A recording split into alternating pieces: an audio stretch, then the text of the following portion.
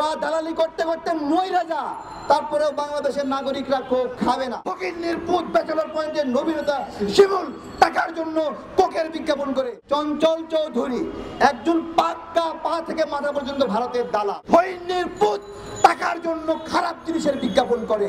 ছোট লোকের বাচ্চা চঞ্চল চৌধুরী। ধর্ষণের শিকার হওয়া কোনো নারীকে কোনো পুরুষ যদি সহানুভূতি দেখানোর নামে আবার তাকে যৌন হয়রানি করে, সেটাও ধর্ষণ কিনা বলেন?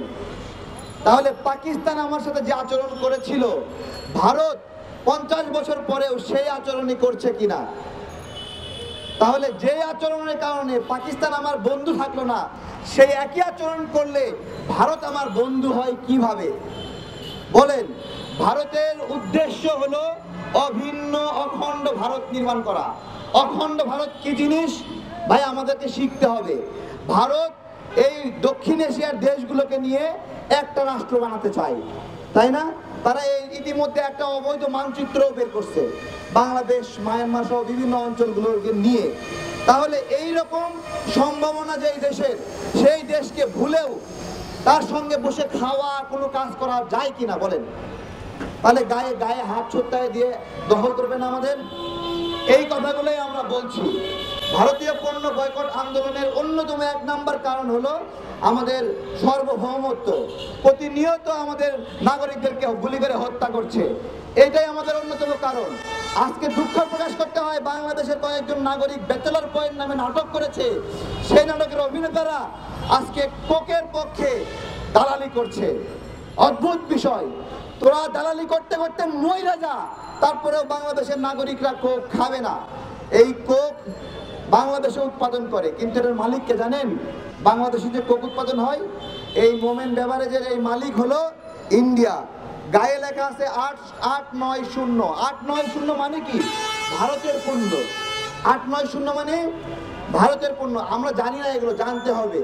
এখানে প্যারাশুট তেলটা আছে, এটা কিন্তু ইন্ডিয়ান পণ্য। রূপচাঁদা তেল ইন্ডিয়ান পণ্য। এরকম ভাবে অনেক ইন্ডিয়ান পণ্য আছে, আমরা জানি না, আমাদেরকে শিখতে হবে। এই শেখার জন্যই আমরা তথ্য ডেস্ক করেছি। চঞ্চল চৌধুরী একজন পাক্কা পা থেকে মাথা পর্যন্ত ভারতের দালাল। যখন ভারত হেরেছিল খেলায়, তখন বাংলাদেশের নাগরিকরা উৎসব করেছিল। এই উৎসব কেন করেছে? কারণ ভারত হারলে বাংলাদেশের মানুষ শান্তি পায়, ঈদ মনে করে। কেন করে? বাংলাদেশের উপর অত্যাচার করে, নিপীড়ন করে। এটা একদিনে হয়নি, দিনে দিনে হয়েছে। কিন্তু সেই উদযাপনের সময় যারা উদযাপন করেছিল, তাদেরকে পাকিস্তানের অনুসারী বলেছিল এই চঞ্চল চৌধুরী। তুমি যে একটা ইন্ডিয়ান অনুসারী, ইন্ডিয়ান দালাল, এই ইন্ডিয়ার দালালি করো। আমরা বাংলাদেশে দালালি করলে তুমি আমাদেরকে বলো পাকিস্তানের দালাল। আরে তুমি তো পা থেকে মাথা পর্যন্ত একজন ইন্ডিয়ার দালাল। এরকম অনেক আছে। চঞ্চল চৌধুরী অ্যাডভার্টাইজ করতে করতে যদি মইরাও যায়, তারপরে এদেশের মানুষ ডাবর মধু কিনবে না। ডাবর মধুকে ইন্ডিয়ার ফুড সেফটি ডিপার্টমেন্ট বলেছে এটা একটা অবিশুদ্ধ, এটা একটা বিশুদ্ধ নয়, বিশুদ্ধতার মানদণ্ডে ফেল করেছে। এরকম একটা মধু, এই মধুতে ভেজাল রয়েছে, সেই মধুর বিজ্ঞাপন করে চঞ্চল চৌধুরী। ফকিন্নির পুত টাকার জন্য খারাপ জিনিসের বিজ্ঞাপন করে। ছোট লোকের বাচ্চা চঞ্চল চৌধুরী টাকার জন্য ইন্ডিয়ান পণ্যের বিজ্ঞাপন করে। ফকিন্নির পুত ব্যাচেলর পয়েন্টের নবীনতা শিমুল টাকার জন্য কোকের বিজ্ঞাপন করে। ফকিন্নির পুত আর একটা জীবন টাকার জন্য ব্যাচেলর পয়েন্টের অভিনেতারা তারা এরকম ভাবে ইন্ডিয়ান পণ্য, ইসরায়েলের পণ্য বয়কট করছে। তোরা বিজ্ঞাপন করতে করতে মরে যা ফকিন্নির পুত, তারপরে বাংলাদেশের মানুষ এসব কিনবে না। মানুষ সচেতন হয়েছে, যেই দোকানে কোক থাকবে সেই দোকানে মানুষ কেনাকাটাই করবে না, ওই দোকানই দালাল। আমরা তো বলেছি যেই দোকানে কোক সেই দোকান বয়কট হোক, যেই দোকানে কোক সেই দোকান বয়কট হোক। আবার বলেন, যেই দোকানে কোক সেই দোকান বয়কট হোক, যেই দোকানে কোক সেই দোকান বয়কট হোক।